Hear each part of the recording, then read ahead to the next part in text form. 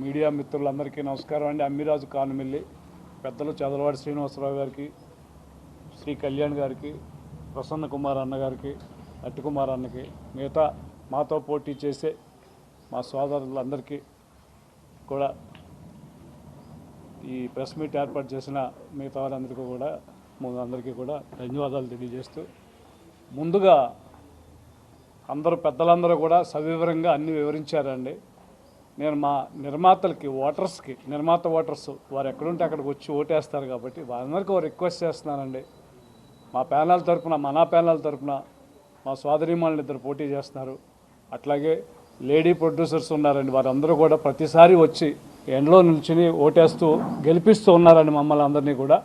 వారందరికీ మా రిక్వెస్ట్ ఏంటంటే, ఉదయం 8 గంటల నుంచి మధ్యాహ్నం 1 గంట వరకు ఎలక్షన్ పోలింగ్ టైం ఉందండి. దయచేసి ఉదయాన్నే రావాల్సిందిగా అందరూ రిక్వెస్ట్ చేస్తున్నామండి.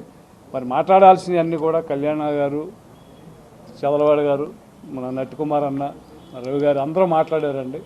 అట్లాగే కార్మికులు చిన్న సినిమాలకి సపోర్ట్ చేస్తూ ఉన్నారండి. ఇప్పుడు కాదండి, ఇండస్ట్రీ పుట్టినప్పటి నుంచి కూడా మెడ్రాస్లో ఉన్నా, హైదరాబాద్లో ఉన్నా, ఎక్కడున్నా కూడా వారంతా కూడా కష్టపడి చిన్న సినిమాలకి సపోర్ట్ చేస్తూ ఉన్నారండి. వారి తరఫున కూడా నేను చెప్తా ఉన్నానండి.